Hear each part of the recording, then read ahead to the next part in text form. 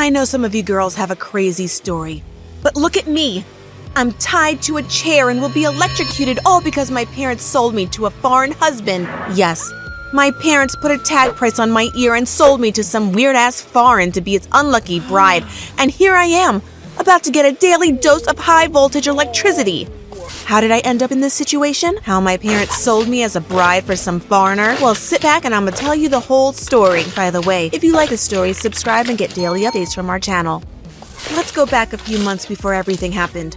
You see, I come from a big family. They never quite realized just how big I'm actually talking about. I mean, I guess it is kind of ridiculous being one of 12 siblings. Yeah, you heard that right, 12. As much as my parents did everything they could, it was literally impossible for them to keep up with us.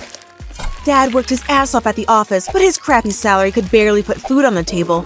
And Mom didn't even have a job because she was always running around the house after everyone. I did a bunch of random stuff to help pay the bills. I was selling fish at the market, flipping burgers at a greasy fast food joint. I even cleaned toilets at the local dance studio, which was completely disgusting. But at least I could practice my dancing again. They had this great big space and these enormous mirrors that I could use all to myself with no stupid sisters getting in the way. It was heaven. I must have gotten pretty damn good because after a few months, the owner asked if I wanted a part-time gig as a teaching assistant. Turned out she'd been secretly watching my evening rehearsal sessions. I was so happy I could have cried. Working there gave me the confidence I needed to finally start my YouTube channel, just like Ditto. I gave tutorials on all sorts of styles: break, hip-hop, popping, contemporary, roboting, finger-tutting, anything. I never expected to start making money from them, but in the first 6 months, I had nearly 500,000 subscribers. I got lots of attention from guys, too. They would write so much dumb crap in the comments section like, "Who else is only here for that hot chick? Girl got ass," or "Cleavage at 432. Apart from Greg. Greg was such a sweetheart and genuinely seemed interested in dancing, unlike all those other jerks online. I later found out that this was just a ruse to slide into my DMs. He couldn't care less about dancing. He somehow found out that we were from the same town and decided to hit on me. Well, we're boyfriend and girlfriend now, so I guess you could say he was pretty damn smooth. We chatted almost every night. Sure, he was a total dork, but he was cute and knew exactly how to make me laugh. Like when I would teach him these finger-tutting moves on FaceTime, he'd make up his own sign language out of them. It got to the point where we couldn't even say a word to each other sometimes. We just sit there making these crazy shapes with our hands and laughing our heads off.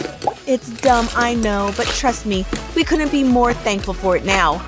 This is how it all began.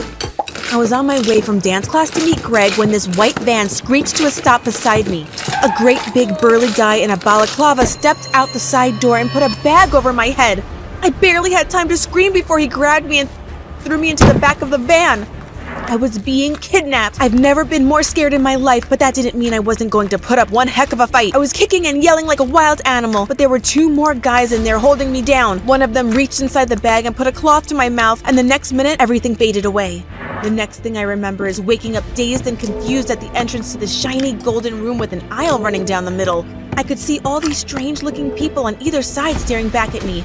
There were hundreds of them, all dressed up in fancy suits and glistening jewels. When my eyes adjusted to the light, I could see my parents standing there at the other end of the aisle. I kept looking around for Greg.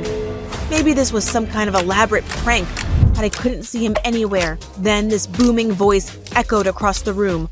"Ladies and gentlemen, we are here today to celebrate the marriage of Aisha and Ishmael." What? Everyone cheered. This was a wedding? All I could do was go along with it. I was so weak and delirious and everyone seemed so happy. The ceremony went on forever. I could tell the groom, Ishmael, was just as weirded out as I was. In the end, we had to kiss each other. I had never kissed anyone apart from Greg. After the whole spectacle, I learned that Ishmael was the heir to an uber-rich political dynasty all the way from Europe. His father, Gringo, had seen him watching my dance tutorials and for some reason decided that I was going to be his son's lawful bride. He offered Mom and Dad $5 million, and they took it. My parents sold me. It hurt like hell. Mom told Greg that I'd been cheating on him all this time, that I never really loved him, and that I'd gotten married and moved away. The truth was that the night of the wedding, I was whisked away on a private jet to Europe. I lived in a super luxurious villa. I had my own dance studio and a private beach all to myself. If you'd seen me, you'd have thought I was the luckiest girl in the world. The thing is, I wasn't allowed to leave, and I was being watched on cameras all around the villa every second of every hour of every day. I was a freaking modern-day Rapunzel, minus the long, shiny golden hair. At least I was allowed to do my YouTube videos. It was thanks to Ishmael who persuaded his dad to let me do it. I wasn't allowed a phone and had no access to social media, so Ishmael filmed them all himself. It was the only time I ever saw him come to life. He would always be like, "Dang, wifey on fleek," when I was dancing, or "Yo, wifey, you so fly." I hated it when he called me wifey. After the videos were screened by Gringo's entourage, Ishmael was allowed to post them. Apart from that, I barely ever spoke to him. He was always away on a family business or partying with his friends by the pool. Then I found his family's big secret. Apparently, the only reason Ishmael's family was able to cling to their political power was through all of the money they made in human trafficking. Holy what? Yes, they're crazy because they're selling brides. And my God, they even ship them in boxes. Boxes! Bride in a box. I was the luckiest, a bride that was part of the family. I didn't have to worry about getting shipped on to India, Turkey, Brazil, or wherever the heck else.